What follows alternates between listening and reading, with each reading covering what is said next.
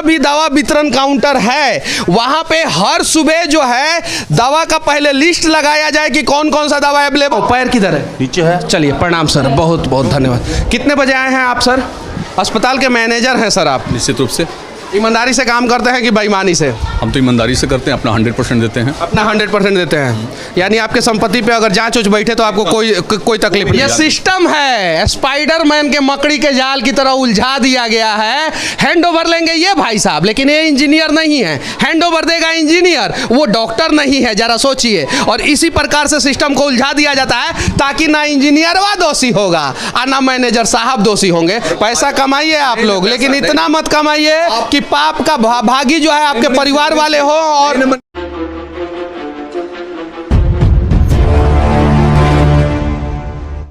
ध्यान से देखिए यहाँ पे क्या लिखा हुआ है, सदर अस्पताल खगड़िया और गेट नंबर 1। और गेट नंबर 1 की स्थिति देखिए कैसा है। अभी बारिश नहीं हुआ है लेकिन यहाँ पे बाढ़ आ चुका है। क्यों बाढ़ आ चुका है कि कहीं नहीं तो कहीं ये रास्ता बनाने के दौरान भ्रष्टाचार हुआ और भ्रष्टाचार के वजह से मेन गेट पे ही पानी हमेशा लगा हुआ रहता है। मेन गेट के बगल में एटीएम है, जरा देखिए इस एटीएम की क्या स्थिति है, देख सकते हैं आप ध्यान से। और मेन गेट की अगर स्थिति ऐसी होगी तो खगड़िया सदर अस्पताल की स्थिति कैसी होगी, उसी पे चर्चा करने के लिए आज हम लोग सदर अस्पताल में आए हैं और आगे चलेंगे, उन तमाम स्थितियों पे चर्चा करेंगे और दिखाने का प्रयास करेंगे कि आखिर बिहार का शिक्षा और स्वास्थ्य व्यवस्था सुधरने का नाम क्यों नहीं ले रहा है। खगड़िया सदर अस्पताल के दवा वितरण काउंटर पे हूँ मैं। यहाँ पे लिखा हुआ है महिला, वहाँ पे लिखा हुआ है पुरुष, और यहाँ पे लिखा हुआ है रजिस्ट्रेशन काउंटर महिला, वहाँ पे लिखा हुआ है रजिस्ट्रेशन काउंटर पुरुष। लेकिन कहीं भी दवा का लिस्ट नहीं लगाया गया है कि कौन कौन सा दवा अंदर अवेलेबल है, जबकि लिस्ट लगाया जाना चाहिए कि ये दवा अवेलेबल है, ये दवा अवेलेबल नहीं है, और ये हर जगह लगाया जाना चाहिए। बिहार से बाहर अगर किसी सरकारी अस्पताल में आप जाते हैं तो वहां पे लिस्ट लगा हुआ रहता है और सरकार कभी कहती है कि 225 प्रकार की दवाएं जो है फ्री है, कभी 325 और कभी हजारों दवा फ्री है। लेकिन कितना दवा मिलता है वो सबको पता है, और लिस्ट यहाँ पे क्यों नहीं लगा है उसी के बारे में इनसे आज बात करेंगे। क्या नाम हुआ सर? हम सेवानिवृत्त हैं, ऐसे में सहयोग कर रहे हैं। सहयोग कर रहे हैं, आपको जय हिंद और बहुत बहुत धन्यवाद, क्योंकि आप सेवानिवृत्त होने के बावजूद भी सहयोग कर रहे हैं। लेकिन आप लोग लिस्ट क्यों नहीं लगाते हैं सर कि कौन कौन सा दवा है, कौन कौन सा दवा नहीं है? ठीक है, मैं पूछ लेता हूँ। आप लोग को परेशान करने नहीं आया हूँ मैं, सिस्टम को सुधरवाने आया हूँ। क्या नाम हुआ मैडम आपका? कल्पना कुमारी। अच्छा, एक बात बताइए, हम आपको परेशान करने नहीं आए हैं, आप लोग दवा का लिस्ट क्यों नहीं लगा देते हैं यहाँ पे कि कौन कौन सा दवा अवेलेबल है, कौन कौन सा दवा अवेलेबल नहीं है? सदर में हॉस्पिटल में लगा हुआ है दवाई लिस्ट जो है ना, वहाँ मेन गेट पे सदर पे लगा हुआ। नहीं, सदर में लगा हुआ है, यहाँ पे भी लगा हुआ होना चाहिए। बहुत सारे लोगों को सर ये नया बना है जो अभी नहीं लगा है। कितना दिन से ये चालू है? 1.5 महीना से सर। 1.5 महीना से हर दिन लगता है दवा का लिस्ट? नहीं लगा हुआ, हर दिन लगता है वहाँ हर दिन लगा हुआ, समझे सर? वहाँ लगा हुआ, मेन गेट पे लगा हुआ है। चलिए ठीक है, देखेंगे मेन गेट पे कौन कौन से दवा का लिस्ट लगा हुआ है। और जहां भी दवा वितरण काउंटर है वहां पे हर सुबह जो है दवा का पहले लिस्ट लगाया जाए कि कौन कौन सा दवा अवेलेबल है, और उसके बाद से काउंटर खोला जाए ताकि मरीज को पता चल सके कि उसको उसका दवा जो है यहाँ पे मिल रहा है कि नहीं मिल रहा है, या प्राइवेट दवा के दुकान से उसको दवा खरीदना पड़ेगा। बाहर से लेते हैं, जब भी आते हैं दवाई नहीं मिलता है। जब भी आते तो दवाई नहीं मिलता है। नहीं मिलता है? नहीं मिलता है। अभी तो मिलेगा, अभी मैं खड़ा हूँ, अभी आपको एकदम पूरा दवा मिलेगा। अभी दिया है। अभी दिया ना? अभी दिया। तो ये माइक का कमाल है, अभी मिलेगा आपको। सुई मिला ही नहीं, सुई बाहर क्या बोल? हमको तो एक भी नहीं मिला, ये दे दिए 5 गो है, एक भी नहीं मिला दवा अभी तक। एक भी 5 गो दवा डॉक्टर साहब ने लिखा है और उसमें से एक भी दवा नहीं मिला। बच्चा का पेट खराब है, इमरजेंसी है बच्चा का, लेकिन अभी दवाई नहीं मिला है यहाँ पे। एक भी दवा नहीं मिला है, देख लीजिए। एक भी दवा नहीं? नहीं सर। अच्छा, हम पूछते हैं कि कौन कौन सा दवा डॉक्टर साहब ने लिखा है और क्यों नहीं मिल रहा है ये सारी दवाएं। सर, ये पेट खराब का दवा है नॉर्मली, और ये दवा है कि नहीं है?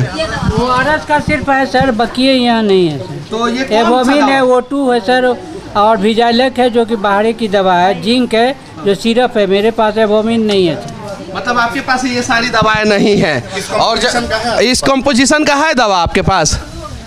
क्या कंपोजिशन का दवा O2 तो सिर्फ है नहीं सर, हम ये दे दिया ORS पैकेट दे दिया है सर उनको। और 7 रुपए वाला पैकेट दे दिया है जी। बाकी सब छोड़ दिए हैं। और जिंक जो है सर ये सिरप है, लेकिन टेबलेट है मेरे पास। नाम से दवा नहीं लिखा जाता है, सरकारी सदर अस्पताल में कंपोजिशन लिखा हुआ होना चाहिए।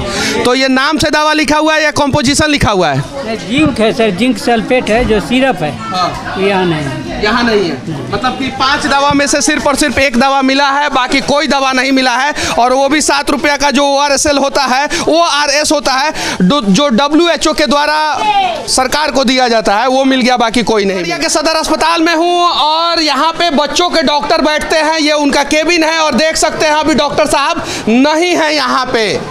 12:04 हो रहा है, सुबह 8 बजे से लेके 2 बजे तक डॉक्टर यहाँ पे बैठने चाहिए। अब जरा सोचिए अगर इन बच्चों को कुछ हो जाता है तो उसके लिए कौन होगा दोषी। देख सकते हैं यहाँ पे देखिए छोटे छोटे सभी बच्चे हैं, देख सकते हैं छोटे छोटे बच्चे हैं और यहाँ पे डॉक्टर होने चाहिए। कितने देर से डॉक्टर गायब है? आधा घंटा से डॉक्टर गायब है। कितने देर से डॉक्टर गायब है यहाँ पे? आधा घंटा से गायब है, अभी है आधा घंटा से डॉक्टर गायब है। कौन कौन से केबिन में डॉक्टर नहीं बैठे हैं? देखिए सबसे बड़ा ये दुर्भाग्य है कि 8 बजे डॉक्टर साहब को बैठना है सदर अस्पताल में। एक तो सदर अस्पताल जो है डॉक्टर की कमी से जूझ रहा है, जहाँ 50 डॉक्टर चाहिए वहाँ 5 डॉक्टर है, 10 डॉक्टर है। इसके बाद अगर 10 डॉक्टर हैं, अगर वो भी ईमानदारी से अगर यदि अपना कार्रवाई करे या फिर पेशेंट देखे तो हम लोगों को परेशानी नहीं होगा। आप बताइए कि यहाँ बच्चों के डॉक्टर नहीं है यहाँ पे। उसके बाद दांत वाला डॉक्टर जो है 10 बजे, 10:30 बजे, 11 बजे आएंगे, 2 बजे चले जाएंगे। ये देखिए बाह्य रोग चिकित्सक वैसे यहाँ पे डॉक्टर नहीं है, यहाँ बैठे नहीं है। कितने देर से डॉक्टर नहीं है? हो गया 2 घंटा हो गया, हम लोग को 2 घंटा हो गया यहाँ बैठे हुए। बैठल रह गया। 2 घंटा से डॉक्टर नहीं है। पूछिए इन लोगों से। डॉक्टर साहब नहीं, 2 घंटा से लगभग नहीं है। कितने देर से डॉक्टर साहब नहीं? घंटे भरी नहीं है क्या? 2 घंटे से नहीं है डॉक्टर। 2 घंटे से डॉक्टर साहब यहाँ पे नहीं है। क्यों नहीं है? कि अपने प्राइवेट क्लिनिक में गए होंगे इलाज कर। बिल्कुल बिल्कुल, देखिए सीधी सी बात है, पिक एंड चूज और लॉस और प्रॉफिट में डॉक्टर है, सिस्टम है पूरा। अपना निजी क्लिनिक पर देख रहे होंगे पेशेंट, और यहाँ पर जो है पेशेंट को घंटों घंटों इंतजार करना पड़ता है। दांत का डॉक्टर किधर बैठते हैं? दांत वाला डॉक्टर जो है अभी 11:30 बजे आए, 11 बजे आए, पूछिए कितना बजे तब जाकर आए हैं। 11:30 बजे दांत वाले डॉक्टर आए हैं यहाँ पे। क्या नाम हुआ सर आपका? डॉक्टर बलवन। अच्छा, आपका पाँव किधर है सर? पाँव किधर है आपका? पैर किधर है? नीचे है। चलिए प्रणाम सर, बहुत बहुत धन्यवाद। कितने बजे आए हैं आप सर? हम यहाँ पे 9:30 में आए हैं। 9:30 बजे आए हैं। यहाँ के लोग बोल रहे हैं कि आप सर अभी आए हैं। नहीं, हम आए 9:30 में और पेशेंट देख रही है हम शुरू से, और ऊपर हमारा कुछ काम था मेडिको लीगल, हम ऊपर गए हुए थे। सर प्लीज़ सर ईमानदारी से आप लोग काम कीजिए, क्योंकि धरती के आप लोग भगवान हैं और कहीं नहीं तो कहीं जो है आप लोगों की लापरवाही की वजह से कितने लोगों की जान चली जाती है। समझ रहे हैं हम इस बात को, और उसको नहीं समझ रहे हैं ना सर? अगर समझते ना तो ऐसा होता ही नहीं सर। अरे बताइए ना सर, 8 बजे आना है और 11:30 बजे आप आते हैं, 11 बजे आएंगे, कितना मरीज को देखा जाएगा? आपके सामने महिला तड़प रही है, दांत के दर्द से करा रही है सर। इनके अरे सर यहाँ बाजू में यहाँ पे थी, और एक महिला अभी भी भटक रही है कि दांत से दर्द से करा रहे हैं, डॉक्टर साहब एक्सरे नहीं लिख रहे हैं। कहाँ गए? बुलाओ उसको, जो महिला को भी जहाँ पे एक्सरे के लिए जो कह रही है, अभी बुलाओ। देश के प्रधानमंत्री तथा देश के स्वास्थ्य मंत्री, देखिए बिहार का स्वास्थ्य व्यवस्था जो है वो अपंग हो गया है और मोदी जी आपके भाषा में दिव्यांग हो गया है। देखिए यहाँ पे प्रधानमंत्री जन आरोग्य योजना सहायता केंद्र आयुष्मान भारत के अंदर जो है कंप्यूटर सब लगा हुआ है, कुर्सी सब लगा हुआ है, प्रिंटर सब लगा हुआ है, लेकिन आयुष्मान भारत यहाँ से गायब हो गया है। अब कहीं और चला गया है। जब कहीं और ही जाना था आयुष्मान भारत को तो यहाँ पे कंप्यूटर प्रिंटर क्यों लगाया गया? और जब यहाँ पे लगाया गया तो यहाँ पे दवा क्यों नहीं दिया जाता है? जबकि ओपीडी के मरीज यहीं पे रहते हैं और यहीं पे अगर दवा मिल जाएगा तो उन्हें परेशानी नहीं होगा। कितने दिन से यहाँ पे नहीं दवा मिलता है? देखिए ये जो है ना, अब आयुष्मान भारत से संबंधित जो किस विभाग का कौन सा कार्यालय बनाया है कुछ नहीं मालूम है हम लोगों को, और जो जिम्मेदार लोग हैं यहाँ के, जो जिम्मेदार पे धड़ल्ले से चल रहा होगा और जिस दिन आप सवाल कीजिएगा उस दिन जमीन पे दिख भी जाएगा, लेकिन जब तक सवाल नहीं कीजिएगा वो भूत बना रहेगा। होगा लेकिन दिखेगा नहीं। अब बताइए मनीष जी कि कितना ये कॉस्टली कंप्यूटर होगा सारा, ये सारा धूल फांक रहा है कि नहीं? मोदी जी, निर्मला सीतारमण जी है ना वित्त मंत्री, उनसे ऑडिट कराइए तो कि ये कितना कॉस्टली कंप्यूटर होगा, इसको लिखने में कितना पैसा लगा है, ये काउंटर बनाने में कितना पैसा लगा है, और ऊपर प्रधानमंत्री जी का नाम लिखने में कितना पैसा लगा है, और इतना पैसा लगाने के बावजूद ये धूल क्यों फांक रहा है। ऑडिट कराइए निर्मला सीतारमण जी से, नहीं तो भारत का हाल जो है श्रीलंका जैसा हो जाएगा। और बिहार तो ऐसे भी श्रीलंका बन गया है, अगले 20 साल तक बिहार जो है मोटा कर्ज नहीं ले सकता है। और इन सब चीज़ों के बारे में तो इन लोगों को पता भी नहीं होगा। काहे कि ये लोग हिंदू मुसलमान में उलझे होंगे। सही है कि नहीं है? सही है कि नहीं है? और कुछ लोग फॉरवर्ड, कुछ लोग बैकवर्ड, कुछ लोग SC ST, कुछ लोग OBC, कुछ लोग स्वर्ण में उलझे होंगे। सही है कि नहीं मैडम जी? सही है ना? एक्चुअल मुद्दा से तो मतलब नहीं है जी, बिल्कुल। और बिहार अगले 20 साल तक मोटा कर्ज नहीं ले सकता है। समझिए कि बिहार का अगले 20 साल तक विकास जो है ना वो खड्डा में चला। मैनेजर हैं सर आप, निश्चित रूप से ईमानदारी से काम करते हैं कि बेईमानी से? हम तो ईमानदारी से करते हैं, अपना 100% देते हैं। अपना 100% देते हैं, यानी आपके संपत्ति पे अगर जांच बैठे तो आपको कोई तकलीफ नहीं? पत्ती नहीं, जब इच्छा करे एकदम बैठा देना है। डॉक्टर नहीं बैठ रहे हैं समय पे, क्या कहना चाहते हैं?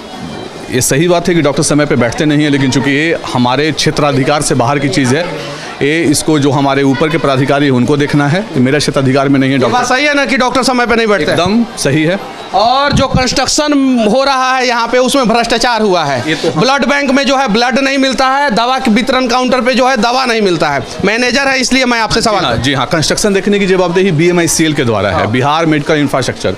उनके द्वारा एक इंजीनियर नियुक्त होते हैं, वो फाइनली देखते हैं, देख करके अपना रिपोर्ट करते हैं। हम लोग का सिर्फ काम है कि जब बिल्डिंग बन गया, हैंड ओवर लेने के टाइम में सब चीज़ जो इंजीनियर आते हैं बताते हैं कि हाँ सर ये चीज़ है, हैंड ओवर लेना है। हमारे के यहाँ CS के यहाँ से लेटर आ जाता है कि आपको बिल्डिंग को हैंड ओवर लेना है, हम लोग ले लेते हैं हैंड ओवर। आप लोग ले लेते हैं? अगर बिल्डिंग गलत भी तरीके से बना है तो आप लोग ले लेते हैं? चूंकि मैं हॉस्पिटल मैनेजर हूँ, मैं तो इंजीनियर हूँ नहीं, हम कैसे उसको देख सकते हैं? आज तक कोई कंस्ट्रक्शन का काम तो मैं ये सिस्टम है, स्पाइडरमैन के मकड़ी के जाल की तरह उलझा दिया गया है। हैंड ओवर लेंगे ये भाई साहब, लेकिन ये इंजीनियर नहीं है। हैंड ओवर देगा इंजीनियर, वो डॉक्टर नहीं है, जरा सोचिए। और इसी प्रकार से सिस्टम को उलझा दिया जाता है ताकि ना इंजीनियरवा दोषी होगा और ना मैनेजर साहब दोषी होंगे। लेकिन धन्यवाद देना चाहते हैं कि कम से कम इन्होंने बोला तो सही कि डॉक्टर यहाँ पे टाइम पे नहीं बैठते हैं। उम्मीद है सर आप लोगों से, उम्मीद ही है। और पैसा कमाइए आप लोग, लेकिन इतना मत कमाइए कि पाप का भागी जो है आपके परिवार वाले हो। और मनीष जी, यहाँ का पूरा इतिहास है। यहाँ 90% लोग होंगे जो पर्सनली जो मुझे जानते होंगे। मेरा घर यहाँ से 200 किलोमीटर दूर है। मैं यहाँ पे जिस समय आज 8-9 साल मेरे को हो गया है, 9 साल से काम करते करते मैं अस्पताल को, मेरे पास सब फिगर है, अस्पताल कहाँ था आज मैं कहाँ तक धीरे धीरे करके मतलब ले जा रहा हूँ। मैं अपना 100 नहीं 110% देता हूँ। इसी का नतीजा है कि माननीय जिला प्राधिकारी के द्वारा हमको कोविड के टाइम में भी 2 बार कोविड होने के बावजूद मैंने 100% दिया। मैंने अपनी फैमिली खोई, लेकिन फिर भी मैंने 100% दिया और अभी भी मैं 100% देने का ही कोशिश करता हूँ। मैं जब भी एक बार आता हूँ तो जो भी होते हैं पब्लिक एक बार बात करता हूँ। शायद अभी कोई डॉक्टर के लिए शिकायत, एम्बुलेंस सड़ रहा है सर। हाँ, बार बार जो मनीष जी मेरे जिम्मे है उसको हम एक्सेप्ट करते हैं। एम्बुलेंस के बारे में हम लोग पत्राचार भी किए हैं, क्योंकि जो हमको जानकारी है सो आपको बता रहे हैं। शायद नया टेंडर होने जा रहा है एम्बुलेंस का। पुराना टेंडर में ये तो मैं नहीं बता सकता हूँ ना मनीष जी, क्या है ऊपर में क्या चल रहा है। ऊपर में टेंडर किया गया है, एम्बुलेंस जो 10 साल पहले का है उसको कंडेम करके हटाना है। वो जो प्रोसेस है वो लोग अपना जो राष्ट्र समिति है वो कर रही है, लेकिन मेरी वो मतलब जो है कि हम सिर्फ देख के रिपोर्ट कर सकते हैं कि हाँ भाई एम्बुलेंस मेरे क्या खराब है, एक अथी इसको देखा जाए। तो उसके लिए पत्राचार मैं कर दिया हूँ। जो मेरे स्तर का चीज़ है कि अस्पताल में जो है पूरा ईमानदारी पूर्वक जो है आप जीवन भर काम करेंगे और अस्पताल में सुधार होगा। मैं आपके आंखों के सामने बोल रहा हूं कि सर अस्पताल जो है भ्रष्टाचार का भेंट चढ़ गया है, लेकिन आपके जैसे कुछ और लोग आगे आएंगे तो शायद जो है व्यवस्था सुधरेगा, और नहीं आएंगे तो व्यवस्था नहीं सुधरेगा। और चाचा जैसे लोग बोलेंगे कि हाँ कुछ हो ही नहीं रहा है, कुछ हो ही नहीं रहा है, तो आप जैसे लोगों से भी विनती है कि चुनाव के समय में सही नेता का चुनाव कीजिए। अगर सही नेता का चुनाव नहीं करेंगे तो फिर यही सब होगा।